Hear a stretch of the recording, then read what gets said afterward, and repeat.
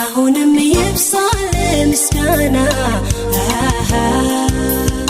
ፍጥረታት በሙሉ በግዛት ናቸው ስለዚህ ባንተ ብዙ ደስታ አላቸው በራሳቸው ቋንቋ ይመሰክራሉ የእግዚአብሔር ሥራ ፍጥረትን ያለው ሃሌሉያ